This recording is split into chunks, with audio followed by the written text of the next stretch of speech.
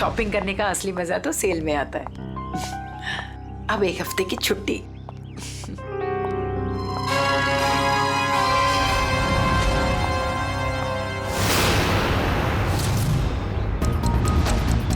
अब घर जाकर मम्मी से कहूंगी कि उनके हाथ की ठंडी लस्सी बना कर दे।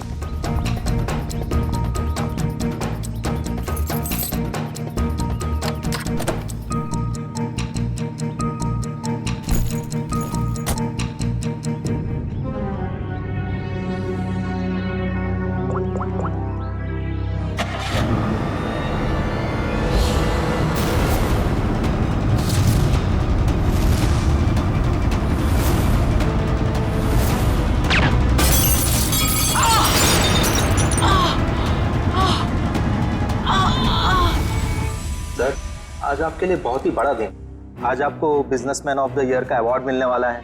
आखिर सर आपने दिखाई दिया कि इंसान मेहनत से ही सफलता के शिखर पर पहुंचता है। क्या बात है सर, आप कुछ खोए खोए से दिख रहे, कोई परेशानी? नहीं, ऐसी कोई बात नहीं है। अच्छा, वो तुमने कुमार की एनुअल रिपोर्ट भिजा दी? जी सर। बैठने से पहले हम लोग विराज जी को मुबारकबाद दे दे। मुबारक हो विराज जी। जी शुक्रिया। आप ऐसे ही तरक्की की सीढ़ियां चढ़ते जाइए। शुक्रिया। हेलो, हाँ एक मिनट रुको। विराज जी को आज इतना बड़ा अवार्ड मिल रहा है मगर वो जरा भी खुश नहीं लग रहे। हाँ, उन्हें देख के ऐसा लग रहा था जैसे वो किसी बड़ी परेशानी में है। हाँ कहो, तुम्हारा दिमाग तो ठिकाने पे है। तुम ये डील कैसे कैंसिल कर सकते हो? छोड़ूंगा नहीं मैं तुम्हें। क्या हुआ सर? अंदर सब इंतजार कर रहे हैं आपका। ठीक है चलो।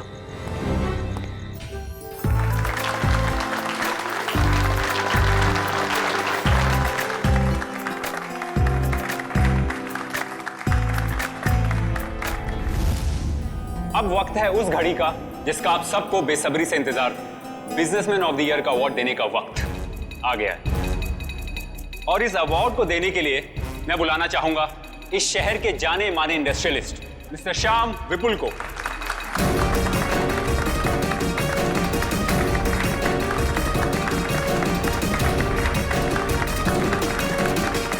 जैसा कि आप सभी जानते हैं, इस साल के बिजनेसमैन ऑफ द ईयर हैं मिस्टर विराज। अब मैं चाहूंगा मिस्टर विराज स्टेज पे आएं और अवार्ड रिसीव करें।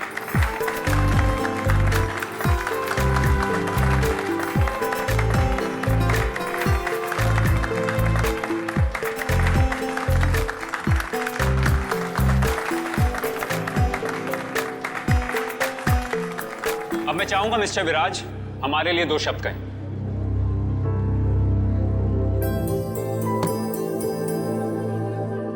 आप सभी का बहुत बहुत शुक्रिया। मैं सिर्फ इतना कहना चाहूंगा कि इंसान अगर चाहे तो मेहनत और ईमानदारी के बल पर जिंदगी में कुछ भी हासिल कर सकता है। इस अवार्ड को जीतने का श्रेय मैं अपने बहुत ही खास साथी। अरे ये क्या? अरे गोली चली, निकलो यहाँ से। चलो चलो, कहीं हमें ना लग जाए। निकलो यहाँ से। विराज, तो विराज क्या हुआ तुम्हें? अभिजीत, गोली तो बाएं तरफ से चली है। बस इसका मतलब गोली चलाने वाला इसके सामने नहीं खड़ा था, साइड से गोली चलाई इसने। अगर ये यहाँ पे खड़ा होके बोल रहा था बाईं तरफ से गोली चली है, सर यहाँ कहीं पे होना चाहिए खूनी को। हाँ, पर यहाँ पर तो दीवार है अभिजीत, मतलब खूनी दीवार के सामने खड़ा था। इन सारे लोगों के बीच में किसी ने तो सुना होगा, देखा होगा गोली चलाते वक्त। ये इधर दीवार पे मेहमान थे इस तरफ? सर 2 या 3। 2 या 3? कितने? सर 3। कौन लोग थे, कुछ याद है आपको? सर गोली की आवाज सुनकर वो लोग भाग गए। जो बचे यहीं बचे हैं। मेहमानों की लिस्ट तो होगी तुम्हारे पास? Yes sir. लाओ। Okay sir. वैसे आप लोगों ने देखा किसी को गोली चलाते हुए? नहीं सर।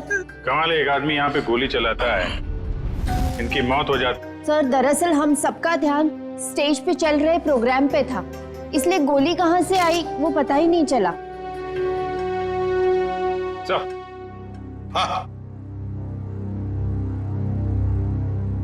हाँ सचिन, यहाँ पे सारी ग्लासेस बिल्कुल ठीक ठाक है, लेकिन इस ग्लास पे क्रैक है। अभिजीत, ग्लास में क्रैक है, मगर ग्लास खड़ा का खड़ा ही, गिरा नहीं है। ऐसा क्रैक तो तभी आएगा सर, ये ग्लास किसी से टकराए या फिर कोई बहुत जोर की आवाज हो ग्लास के पास। जरूर ये आवाज गोली चलने की है, और वो गोली इसी ग्लास के करीब से ही चली है। पंखे, हाँ आजा। देख, लगता है गोली यहीं से चली है, ग्लास के पास से।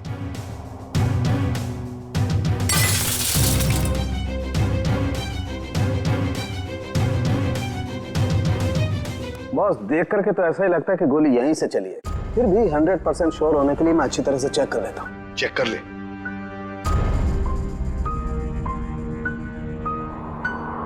आप लोग उसे बिल्कुल नहीं छोड़ना जिसने विराज को मारा है। बिल्कुल, आपसे वादा करते हैं, जिसने भी ये किया है उसे कड़ी से कड़ी सजा दिला देंगे। तू हिम्मत से काम ले, अगर तू ऐसे करेगा तो काम कैसे चलेगा? चुप हो जा। सीआईडी से आज तक कोई भी मुझे बच नहीं पाया। आप सर, मैं शेखर, विराज का चचेरा भाई। और फिर आप? मेरा नाम आशिका है सर, मैं विराज की बरसों से बिजनेस पार्टनर हूँ सर। और सर मैं विराज जी का पीए हूँ। तो फिर आप में से किसी को भी किसी भर भी शक है किसने किया होगा ये? नहीं सर, उनकी तो किसी से कोई दुश्मनी नहीं थी। नहीं, दुश्मनी तो थी, नहीं तो कोई खून क्यों करेगा? सर मैं कुछ कहना चाहता हूँ। कहिए। सर, विराज जी का आज शाम से बहुत ज्यादा मूड खराब था। खराब मूड?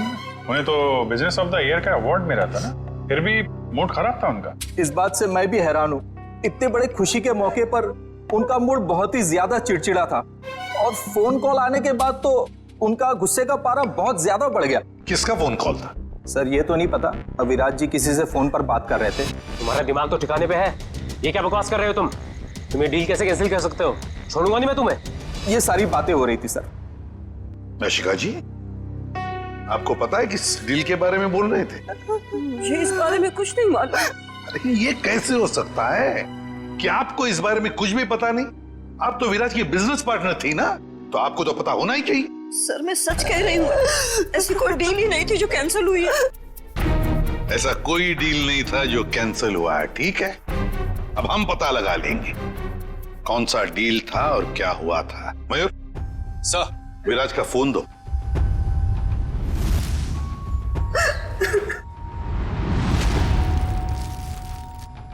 देखो जरा, आखिरी फोन।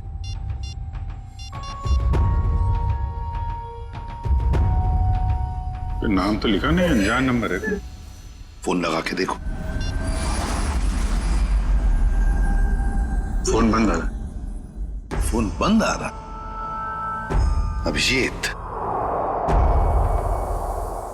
फोन बंद आ रहा है, इसका मतलब है विराज की मौत का जिम्मेदार ये फोन कॉल ही है। पता लगाना पड़ेगा ये फोन नंबर है किसका। मनसा, बेकार की जिद छोड़ दो ना। मम्मा प्लीज समझने की कोशिश करो, मुझे सीआईडी के पास जाना ही होगा, उनसे मदद लेनी होगी। मम्मा नहीं, मैं तुम्हें नहीं जाने दूंगी। फिर से हमला हो गया तुम पर तो। मम्मा प्लीज, मैं जो कर रही हूँ वो ठीक कर रही हूँ, लेट मी डू इट। हाँ, मैं सीआईडी के पास जा रही हूँ, क्या तुम मेरे साथ चलोगे? ओके।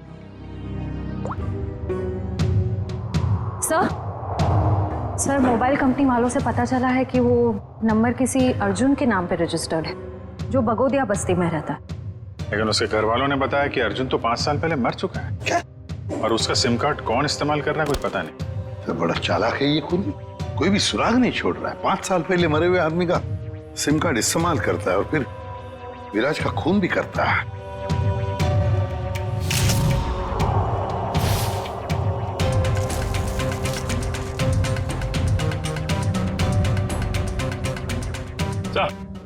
हाँ। ये देखिए सर, ये देसी कट्टा मिला है इसमें से। लगता है खूनी भागते वक्त गलती से यहाँ गिरा गया। अजीब को नहीं है सर, भाग गया लेकिन हथियार यहीं छोड़ गया। हमारे लिए?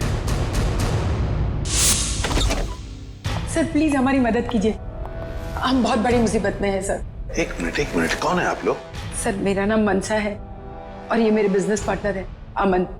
अच्छा, क्या हुआ बताइए। सर हमें किसी ने मारने की कोशिश की है सर, हमारी जान पे हमला हुआ है। किसने किया हमला तुम लोगों पर? कौन, जानते हो आप लोग? सर कुछ नहीं पता है और समझ में नहीं आता है कि हमें मारकर किसे फायदा होगा। देखिए प्लीज आप घबराइए मत, हम लोग पता लगा लेंगे।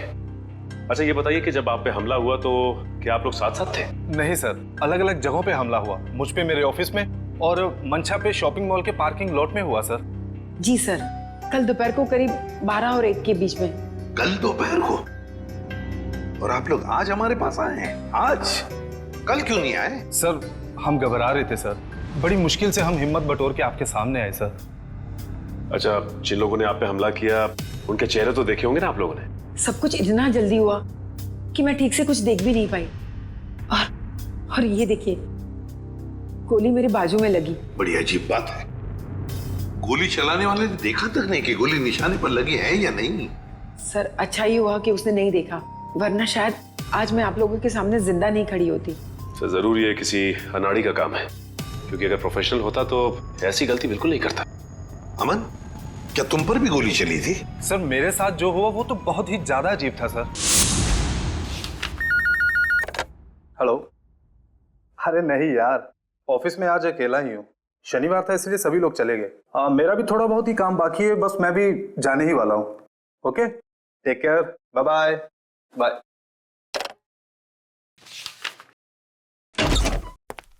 अरे ऑफिस में इस वक्त कौन हो सकता है?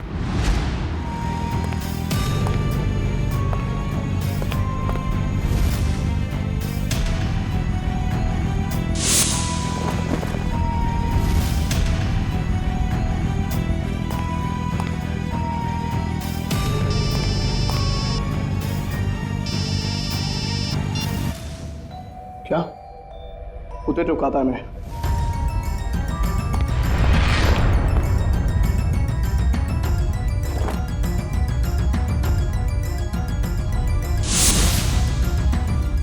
सर गोली मारने वाला बिना गोली मारे ही चला गया। वही तो। सर ये तो बहुत अजीब है। सर जो कुछ भी हुआ, कम से कम मेरी जान तो बच गई सर। नहीं, ये तो बड़ी अच्छी बात हो गई। अब आप लोग हमारी एक मदद कीजिए उनका स्केच बनवाने में। सर स्केच तो बनवा देंगे, मगर ब्यूरो से बाहर जाने से डर लग रहा है सर, कहीं फिर से हम पे हमला हुआ तो। अब आप पर कोई हमला नहीं कर सकता। अब आप लोगों की सुरक्षा की जिम्मेदारी हमारी है। एक बात समझ में नहीं आ रही है, मंशा पर गोली चलाने वाला करीब से गोली चलाता है मंशा पर जानलेवा गोली नहीं चलाता, और जो अमन पर गोली चलाने गया था वो बिना गोली चलाए वापस चला जाता है। ऐसा क्यों? नहीं, ये कुछ अलग ही चक्कर है। सर ये रहा स्केच। Thank you. जाओ। आपको पूरा यकीन है यही लोग हैं वो? हाँ सर, लगभग ऐसे ही थे। ठीक है, थैंक यू वेरी मच। अब आप लोग जा सकते हैं, लेकिन निश्चिंत रहिए, आपकी सुरक्षा के लिए हमारे सीआईडी ऑफिसर्स तैनात रहेंगे। Thank you sir. श्रेया, देखो क्या ये दोनों पुराने पापी है क्या?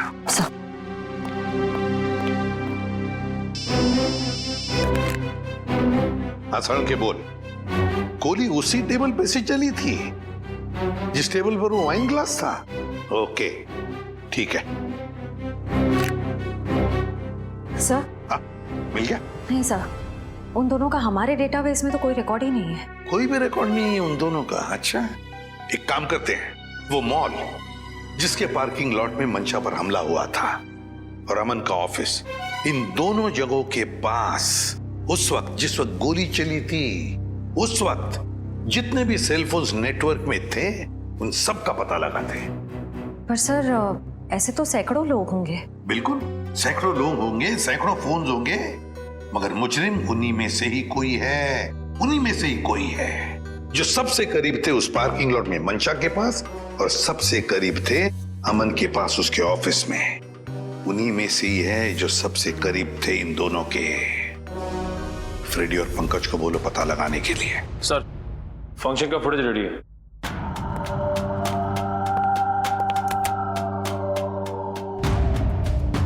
निखिल, अब जूम करो उस टेबल पर जहां से गोली चली थी।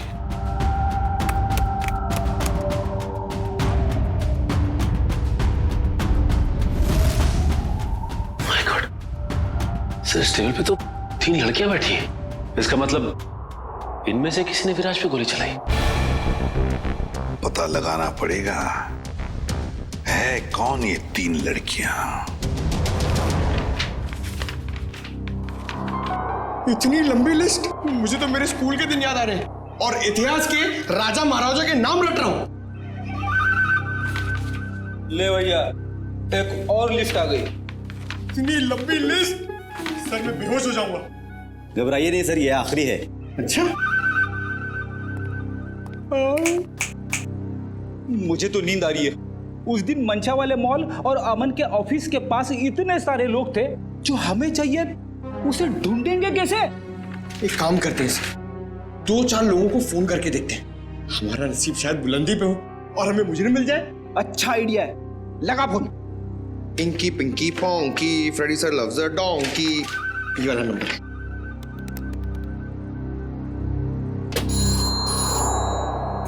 हेलो हेलो, क्या नाम है आपका मैडम? तुम्हें क्यों बताऊं? तुम्हें शर्म नहीं आती? अनजान लड़की को फोन करके परेशान करते हो। अरे नहीं मैडम, आप समझ नहीं रही हैं। अगर तुमने मुझे दोबारा फोन किया ना तो मैं सीआईडी को कंप्लेंट कर दूंगी। मैं खुद सीआईडी से हूँ और मैं इंडियन क्रिकेट टीम की कैप्टन हूँ। खबरदार जो फोन किया दोबारा। अरे मैडम, आप समझ क्यों नहीं रही हैं?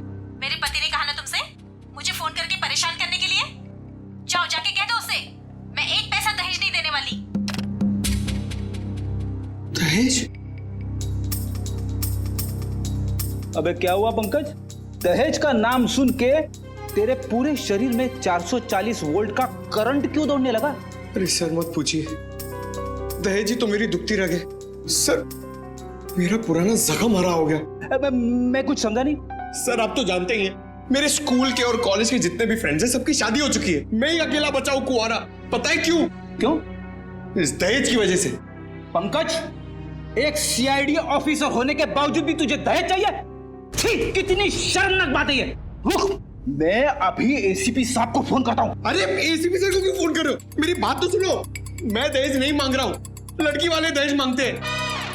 मुझसे कहते हैं जब तक मैं दहेज नहीं दूंगा लड़की से मेरी शादी नहीं कराएंगे। इसलिए तो दहेज का नाम सुनते ही मेरे पसीने छूट जाते हैं सर। तू चिंता मत कर पंकज, जो लड़की तुझे सच्चा प्यार करेगी वो सिर्फ तेरा दिल देखेगी, दहेज या पैसा नहीं, समझे? सच्ची सर? हाँ। अब चल, अब ये शादी के सपने देखना बंद कर और काम पे लग जा। काम पे लग जा? लिस्ट इतनी लंबी है। अबे रो क्यों रहा है? चल एक काम करते, देखते हैं इन सारे नंबरों में से ऐसे कौन से 2 नंबर है जो मंशा वाले मॉल और अमन के ऑफिस के सबसे करीब है। देखिए सर,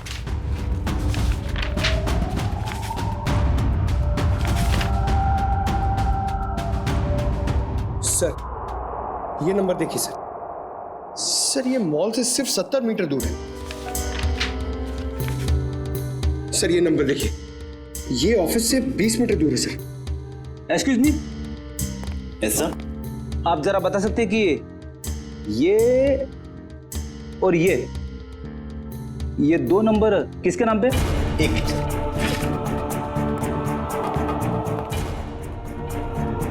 सर अगर आपकी नजर में कोई सुंदर सुशील प्यारी सी लड़की होगी ना सर, तो मुझसे मिलवा दीजिएगा सर। वो क्या है ना, मेरी मॉम चाहती है कि मेरे हाथ जल्दी से जल्दी पीले हो जाए। प्लीज जरा ध्यान रख। एक्सक्यूज मी सर, ये दूसरा वाला नंबर ट्रेस करने में थोड़ा टाइम लगेगा, मगर ये पहला नंबर किसी शीतल कुमार का है। शीतल? मतलब पंकज, उस दिन मंशा को मारने कोई लड़का नहीं बल्कि लड़की आई थी। मंशा ने तो कहा था कि कोई लड़का था। ये केस तो और भी उलझता जा रहा है। एक काम करता हूं, दया सर को फोन करता हूं। सर क्यों बुलाया हमें यहाँ? अभी पता चल जाएगा। वो तीसरी लड़की कहाँ है जो इनके साथ में थी? सर उसका नंबर या एड्रेस नहीं मिला, यहाँ तक कि उसका लिस्ट में नाम भी नहीं था। उसका नाम भी नहीं था मेहमानों की लिस्ट में।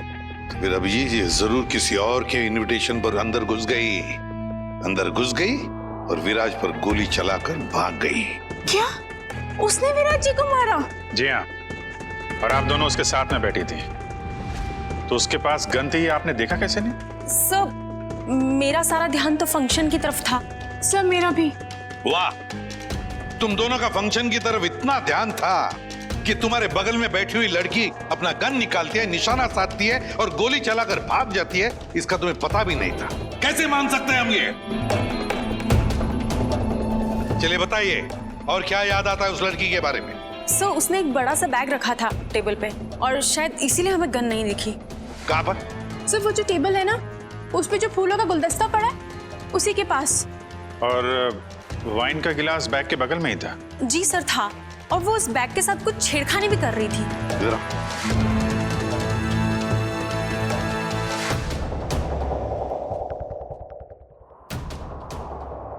तुम दोनों यहाँ बैठी थी?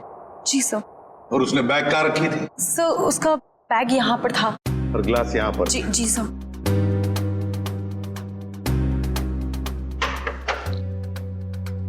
मतलब अभिजीत बैग के अंदर गन छुपा कर रखी थी। वो कह रही थी ना, छेड़छाड़ कर रही थी बैग के साथ, निशाना साधा उसने और गोली चला दी।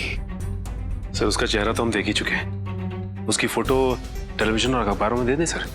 हाँ, मगर उससे पहले अभिजीत सीसीटीवी फुटेज चेक करो। सर ये जो दोनों कैमरास है ये फंक्शन हॉल के अंदर के हैं और ये मेन गेट का।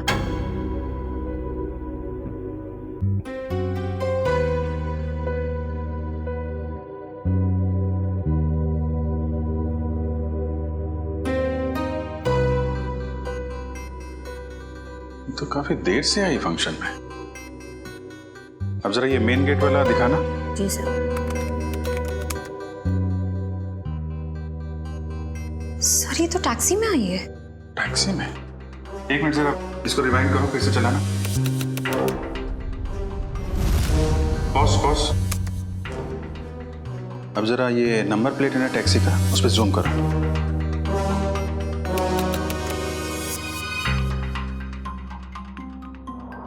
टैक्सी कंपनी से पता करो कहां से बैठी थी ये इस टैक्सी में। जी हाँ, मैं उसी टैक्सी की बात कर रहा हूँ, VWJA 3856। जी हाँ, 23 नवंबर की रात लगभग 8 बजे के आसपास इस टैक्सी ने एक लड़की को तिरला ऑडिटोरियम पहुंचाया। देखिए इस लड़की की सारी डिटेल चाहिए हमें। जी हाँ, खून का मामला है। क्या कहा टैक्सी कंपनी ने? सर कंपनी वाले सारी डिटेल्स ईमेल कर रहे हैं सर। ओके, टैक्सी कंपनी का ईमेल आ गया।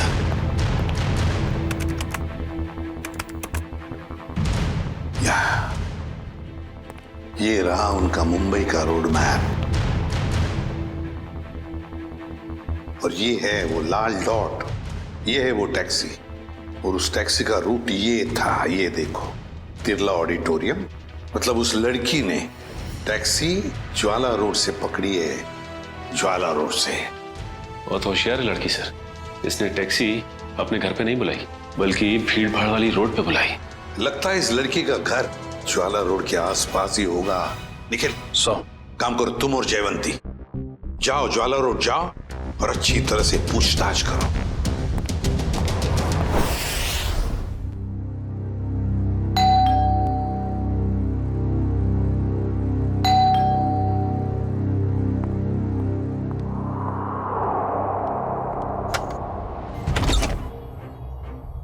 शीतल? क्या? शीतल तुम हो ना? आप लोग क्या कह रहे हैं? ये हेडफोन्स निकालोगी तब सुनाई देगा। I am so sorry. आप लोग तीनों दीपा के कजिन्स हैं, राइट? मैं आप लोग का ही वेट कर रही थी। हम लोग कोई कजिन वजन नहीं है, हम लोग सीआईडी से हैं। सीआईडी? सर सब कुछ ठीक है ना? शनिवार दोपहर 3 बजे तुम मॉल में क्या कर रही थी? कौन सा मॉल? वही मॉल जो जवाहर नगर में है।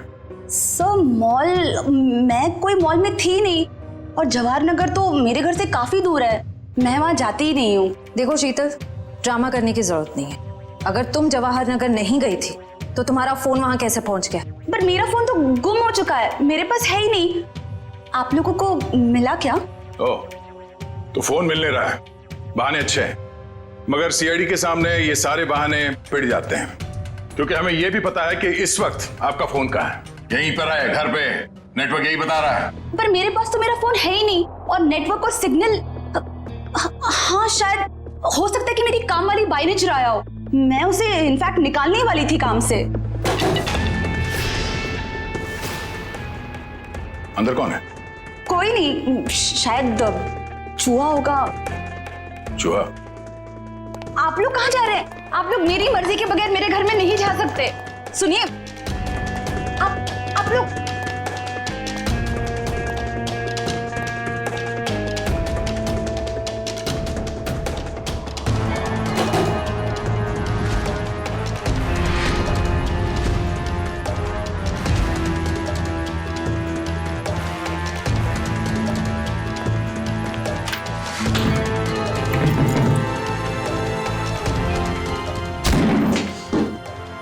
शर्म नहीं आती? ऐसे कैसे अंदर घुसे चले आते हो? अब क्या करें, आदत से मजबूर है। क्या? काफी बड़ा चूहा है, इसे खुराक की जरूरत है। हम ले जाते हैं।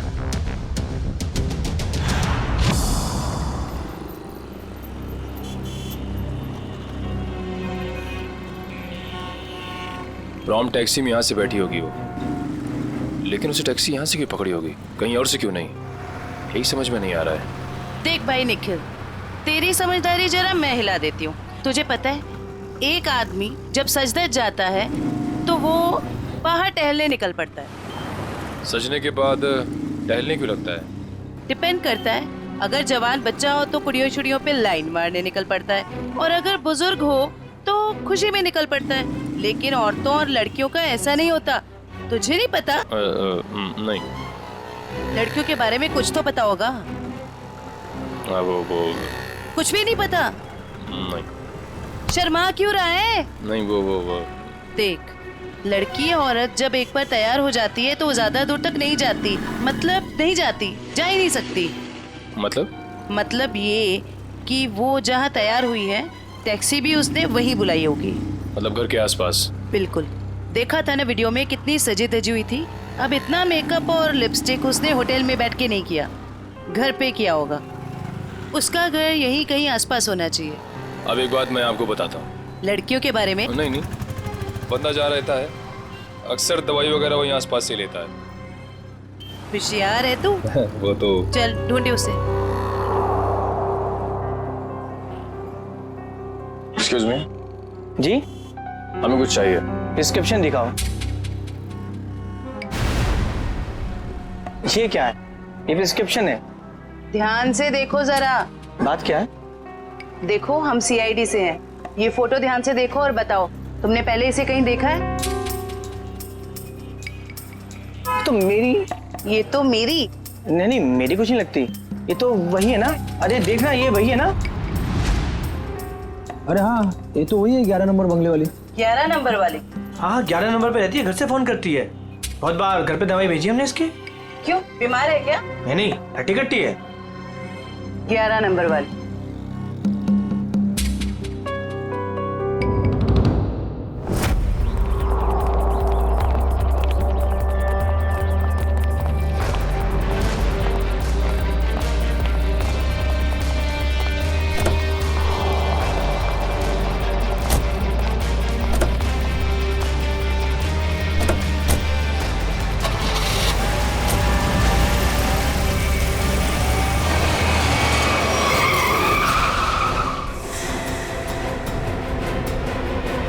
ओ मैडम, गाड़ी हटाओ।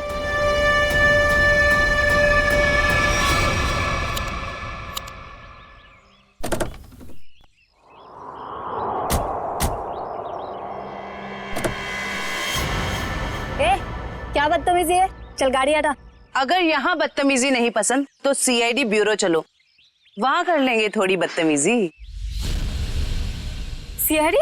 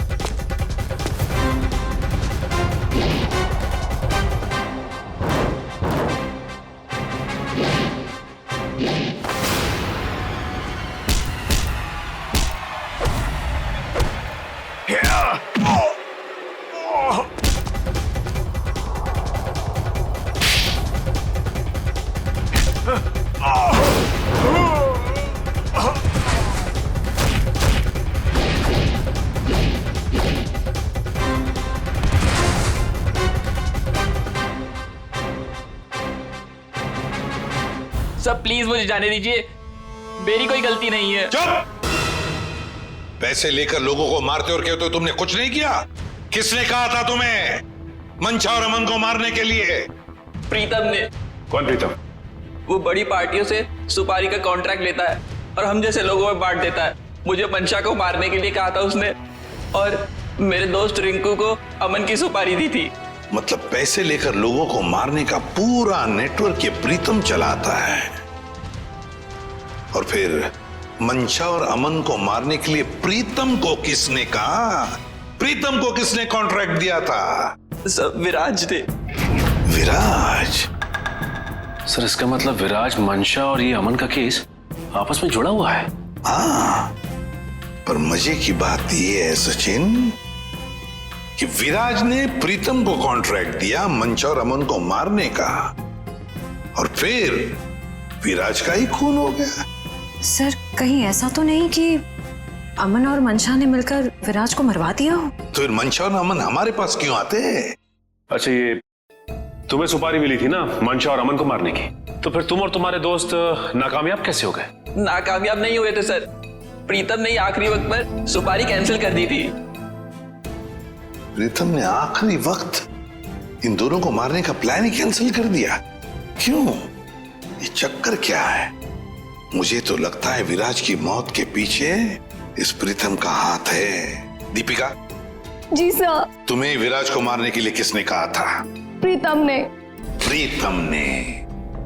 सर मगर प्रीतम को किसने कहा होगा विराज को मारने के लिए? वो भी पता चल जाएगा निखिल। सर मुझे कितनी देर यहाँ रुकना पड़ेगा? क्या मैं घर जा सकती हूँ? क्यों? ऐसा कौन सा अच्छा काम किया है जो तुम्हें हम जाने दें? एक खूनी को बचाने की कोशिश की है तुमने, समझी? सब मैं इलेश से प्यार करती हूँ, इसलिए भाग गई थी। तो कौन सा बड़ा काम किया इलेश से प्यार करके?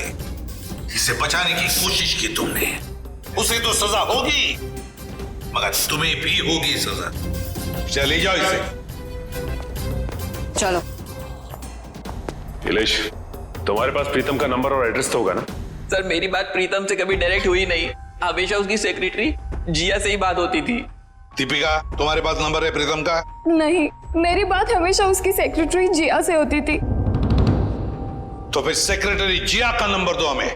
सर कोई एक नंबर हो तो बताएं, हमेशा नए नए नंबर से फोन करती थी वो। और हाँ, किसे मारना है उसकी सारी जानकारी एक लिफाफे में डालकर घर के बाहर रखती थी। नए नए नंबरों से फोन करती थी। बड़ी चालाक समझती है ये अपने आप को सेक्रेटरी जिया, लेकिन उसे पता नहीं अब उसका पाला पड़ा है हमसे, सीआईडी से। अब ज्यादा देर बच नहीं सकती वो। जिया ने जिन जिन नंबरों से तुम्हें फोन किया है वो सारे के सारे नंबर चाहिए हमें अभी, इसी वक्त।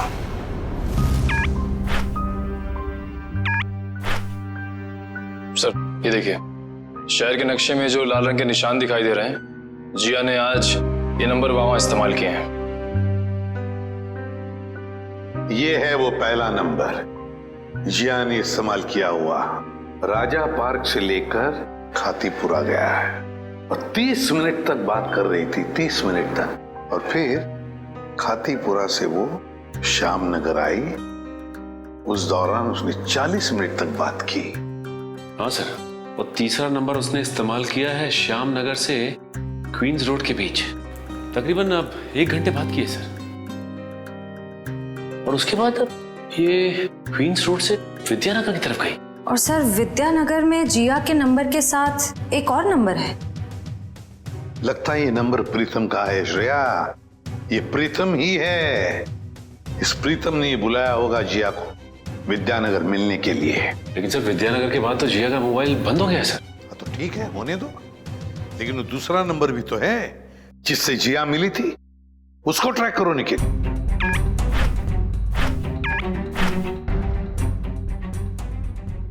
सर फिलहाल ये नंबर सिविल लाइन के किसी बंगलो में है, bungalow number 17। Civil lines bungalow number 17।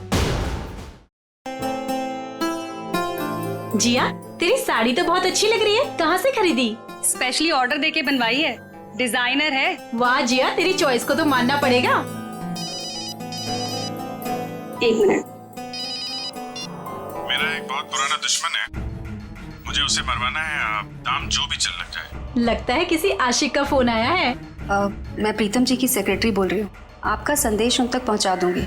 10 lakh लगेंगे। अरे 20 लाख दूंगा, लेकिन वो बचना नहीं चाहिए। बहुत नफरत करते हैं हमसे। ऐसा क्या बिगाड़ा है आपका? मिल के बताता हूँ आपको। लगता है दरवाजे पे कोई आया है। मैं आपको थोड़ी देर में कॉल करती हूँ।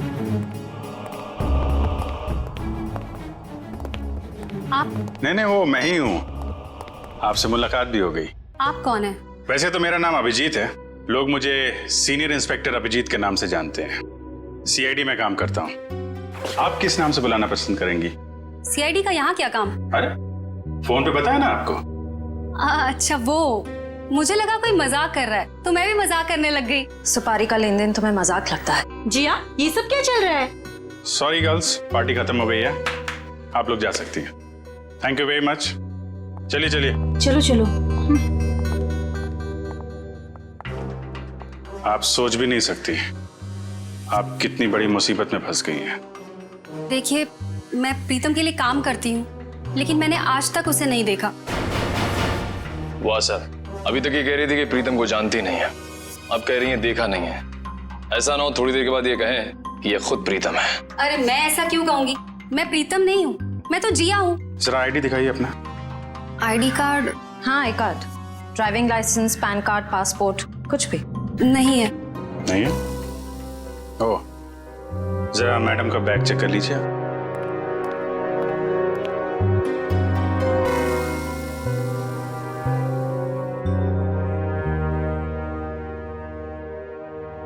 सर, इस खूबसूरत चेहरे का नाम है प्रीतम योगिता। अच्छा, तो आप प्रीतम हैं? भाग के कहाँ जा रही हो?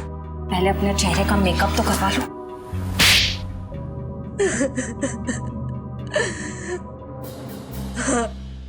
मैं ही प्रीतम हूँ और मैं ही सुपारी लेने का काम करती हूँ। आज की सुपारी किसने दी थी तुम्हें?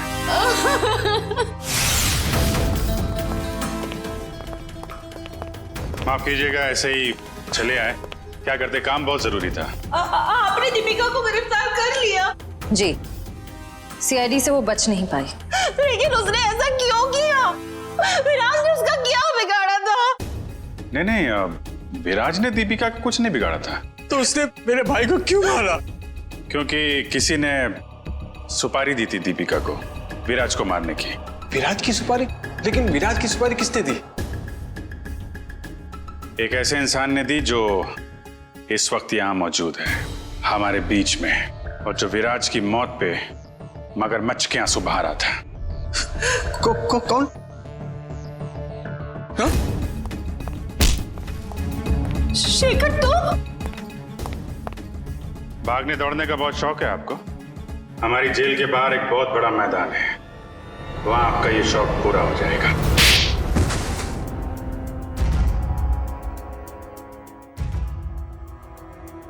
कहने के तो ये हमारा फैमिली बिजनेस था, लेकिन सच तो ये था कि पूरा कारोबार सिर्फ और सिर्फ विराज भैया चलाते थे। और इस बात की तुम्हें जलन थी, हैं? क्यों नहीं होगी जलन? सारी प्रॉपर्टी उनके नाम पे, सारी फैक्ट्रियां, सारी इंडस्ट्री उनके नाम पे थी। भिखारी जैसा महसूस करता था, इसलिए मैंने विराज भैया के प्रतिद्वंदियों अमन और मनसा के साथ हाथ मिला लिया। और तुम तीनों का एक ही मकसद था, विराज की बर्बादी। हाँ, जब विराज भैया को एहसास हुआ कि अमन और मनसा दिन दुगनी रात चौगनी तरक्की कर रहे थे, तो उन्हें बर्दाश्त नहीं हुआ, उन्होंने दोनों की सुपारी दे दी। और इसके पहले कि वो दोनों मारे जाते, तुमने वो सुपारी कैंसिल करवा के विराज की सुपारी दे दी। हाँ, तो क्या गलत किया मैंने? विराज भैया कौन से दूध के धुले हुए थे? हाँ, वो दूध के धुले नहीं थे, लेकिन तुम्हें उन्होंने एक छोटे भाई से ज्यादा अपने बेटे की तरह समझा था। तुमने जो किया है ना शेखर, उसका तो प्रायश्चित तक नहीं हो सकता। प्रायश्चित के लिए बहुत टाइम मिलेगा, जेल की सलाखों के पीछे फांसी का ऑर्डर आने तक।